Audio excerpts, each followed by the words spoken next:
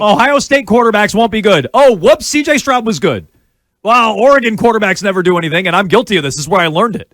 Oregon quarterbacks never do anything. Oh, whoops, Justin Herbert's pretty good. How about Duke players never translate to the NBA? Yeah, right. That's a great one. And look at Tatum, among others. And so I just...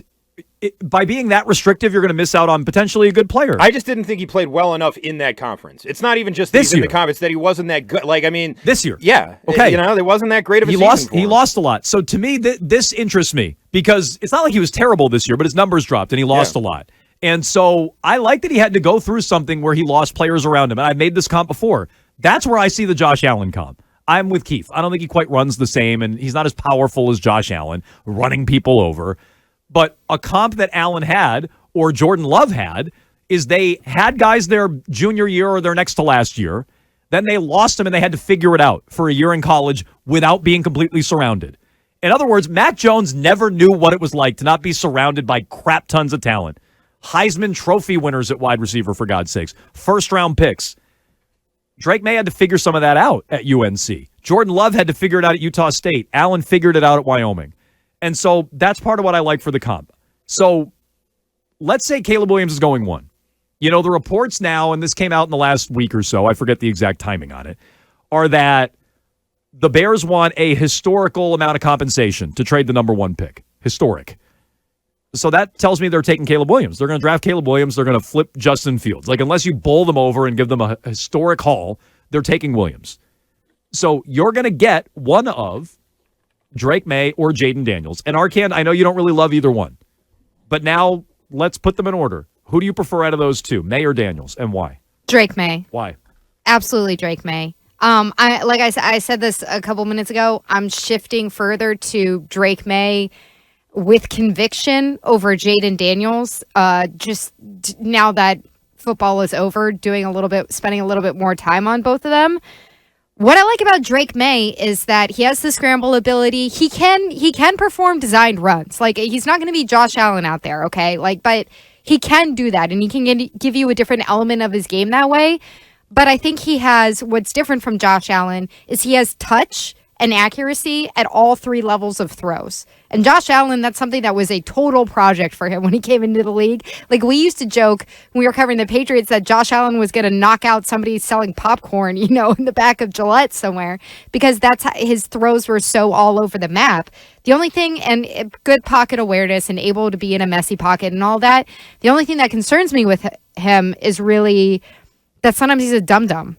Like, he makes really dumb interceptions and dumb mistakes. And I don't know if he always reads defenses post-snap immediately and when things change up on him. But that's something that I think you can learn and you can get him up to speed with. Jaden Daniels, I don't really care that he's skinny. I don't care that he might be a little undersized that way. He's like a big, tall guy still. And that's something I want in my quarterback. But I think, I'm still less sold on the complete dual threat. And I know that we've talked to guys like Orlovsky who said you're going to be surprised at what a good thrower he is. He compared him to Stroud as a thrower. Yeah, that he, and I'm not knocking that.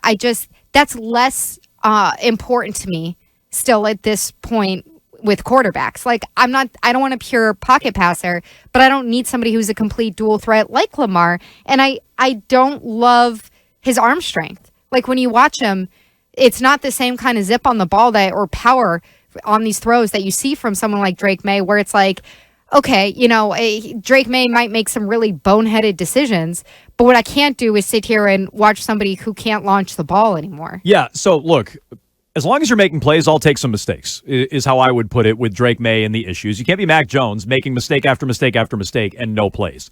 But if he's making 2 highlight reel plays for every mistake, boneheaded mistake, I will take that ratio.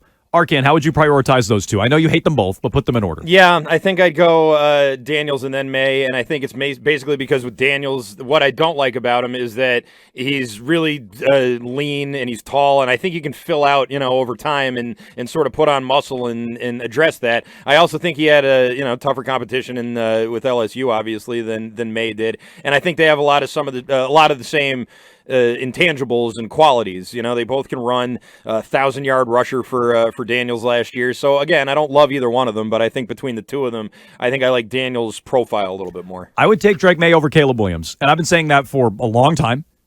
Pretty much since Caleb Williams cried to mommy, I've been saying, look, I'm not completely passing on him and saying I wouldn't draft him, but that's enough. There's enough questions there where I'm not taking him 1.